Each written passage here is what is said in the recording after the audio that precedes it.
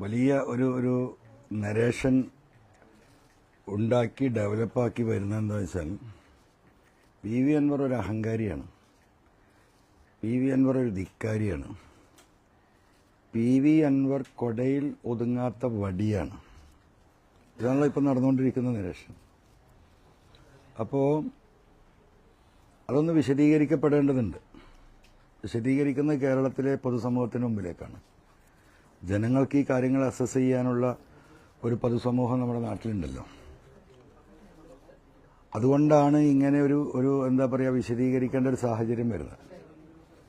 നമ്മൾ കുറച്ച് പുറകോട്ട് പോകേണ്ടതുണ്ട്. കാരണം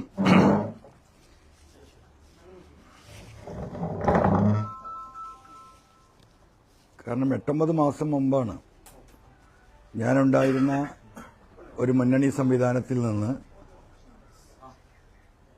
കേരളം നേരിടുന്ന വലിയ ചില പ്രതിസന്ധി, ജനങ്ങളുടെ ഇടയിലുള്ള ചില പ്രതിസന്ധികളും വരാനിരിക്കുന്ന ഗവൺമെന്റിലെ ADGP അജിത് കുമാർ അടക്കമുള്ള ഒരു വലിയ സംഘം, പോലീസിലെ ഒരു വിഭാഗം RSSുമായി കൂട്ടുചേർന്നുകൊണ്ട് കേരളത്തിൽ നടത്തിക്കൊണ്ടിരിക്കുന്ന ഒട്ടനവധി കാര്യങ്ങൾ, അതുമായി ബന്ധപ്പെട്ട വിഷയങ്ങൾ ADGPയുടെയും അന്നത്തെ ജില്ലാ പോലീസ് സൂപ്രണ്ടായ സുജിത് ദാസിന്റെയും നേതൃത്വത്തിൽ എയർപോർട്ട് കേന്ദ്രീകരിച്ചുകൊണ്ട് നടക്കുന്ന കള്ളക്കടത്ത്, റിദാൻ ബാസിൽ കേസ്, കോഴിക്കോട് നഗരത്തിൽ നിന്ന് പച്ചാപ്പകൽ കാണാതായ മാമി,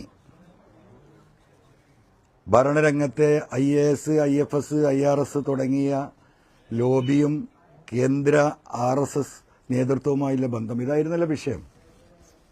ഇതെല്ലാം പറഞ്ഞുകൊണ്ടാണ്, പ്രതിഷേധിച്ചാണ് ഞാൻ LDFൽ നിന്ന് ഇറങ്ങി വരുന്നത്. ഒരു ഘട്ടത്തിൽ എന്നെ കള്ളക്കടത്തുകാരനായി ചിത്രീകരിക്കപ്പെടുന്ന ഒരവസ്ഥ പോലും ഉണ്ടായി. നിങ്ങൾക്കറിയാം, ബഹുമാനപ്പെട്ട മുഖ്യമന്ത്രിയെ ഈ കള്ളക്കടത്തിന് നേതൃത്വം നൽകിയിരുന്ന ADGP അജിത് കുമാർ തെറ്റിദ്ധരിപ്പിച്ച് ഈ കള്ളക്കടത്തുകാരുടെ പിന്നിൽ PV അൻവറാണ് എന്ന് അദ്ദേഹത്തെ ധരിപ്പിച്ചതിന് ശേഷം അദ്ദേഹം അങ്ങനെ സ്റ്റേറ്റ്മെന്റ് നടത്തുകയുണ്ടായി.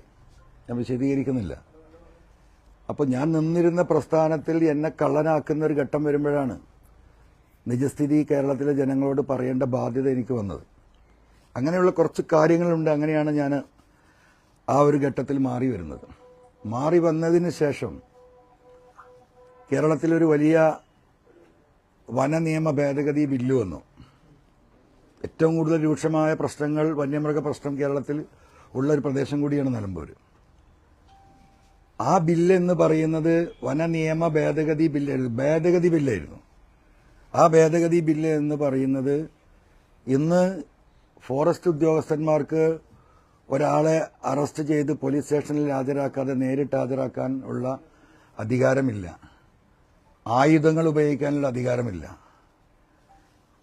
ഒരു പോലീസ് ഫോഴ്സിന്റെ എല്ലാ ശേഷിയും സംസ്ഥാന ഫോറസ്റ്റ് ഉദ്യോഗസ്ഥർക്ക് നൽകിക്കൊണ്ടുള്ള അമെൻമെന്റ് ആയിരുന്നു അതിലൊരു പ്രധാന ഭാഗം. എന്ന് പറഞ്ഞാൽ ഇന്ന് ഈ മലയോര മേഖലയാകെ ജനങ്ങളും ഫോറസ്റ്റ് ഡിപ്പാർട്ട്മെന്റുമായിട്ട് എന്നും പ്രതിഷേധങ്ങളും പ്രശ്നങ്ങളും സമരങ്ങളുമാണ്.